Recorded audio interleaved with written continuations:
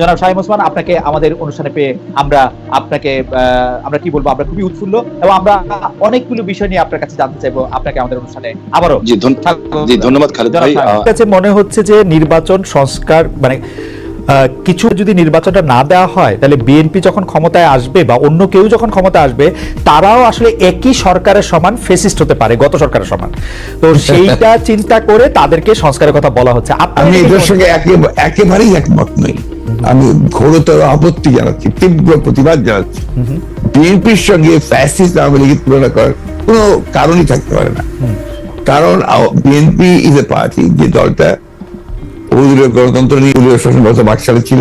আমরা বহুদলীয় গণতন্ত্র নিয়ে এসেছি, আমরা সংসদীয় গণতন্ত্র নিয়ে এসেছি, ম্যাডাম জিয়া নিয়ে এসেছেন। আমরা তত্ত্বাবধায়ক সরকার বিধান পাশ করেছি পার্লামেন্টে, এবং আমাদের কাছে ফ্যাসিস্ট আমরা এখন পর্যন্ত তো প্রশ্নই উঠতে পারে না। আমাদের যে পার্টির স্ট্রাকচার, আমরা যে কাজ করেছি সেগুলো সমস্ত গণতন্ত্রের পক্ষে গেছে। এবং 14 বছর লড়াই করেছি তো ফ্যাসিস্ট হওয়ার জন্য নয়। গণতন্ত্রগুলো যখন বলা হয় তখন এই কথাগুলো আমার কাছে মনে হয় যেটা আপনার শুধুমাত্র হয় কথার কথা বলার জন্য বলা হয়, অথবা বিএনপিকে আপনার ছোট করে খাটো করে দেখানোর চেষ্টা করা হয়।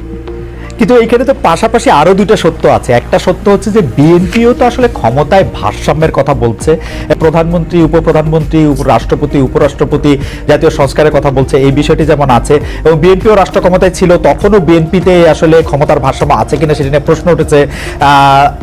আবার আপনি যদি আমাকে অনুমতি দেন আমি বলবো যে বিএনপির একজন খুব গুরুত্বপূর্ণ শীর্ষস্থানীয় নেতা জনাব মওদুদ আহমেদ, আমি তাকে কোট করছি, তিনি আরো কম, কারণ দলটি শাসন কৌশলে কোনো উন্নতি হয়নি, দলটিতে নেই কোনো আত্মোপলব্ধি এবং আত্মসংশোধন শব্দ দুটির অস্তিত্ব। অর্থাৎ এরকম কথা কিন্তু আছে। মওদুদ আহমেদের কথাই যে আপনার চূড়ান্ত কথা তা তো নয়। জি, মওদুদ আহমেদ তার দৃষ্টিকোণ থেকে তিনি ওই কথাগুলো বলেছেন।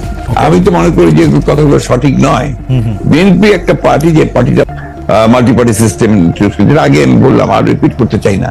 তো বিএনপিকে ওই দলের সঙ্গে বা ফাইজারের সঙ্গে তুলনা করাটাকে আমি মনে করি একটা সঠিক তো নয়। আমি মনে করি এটা একটা উদ্দেশ্য প্রণোদিত।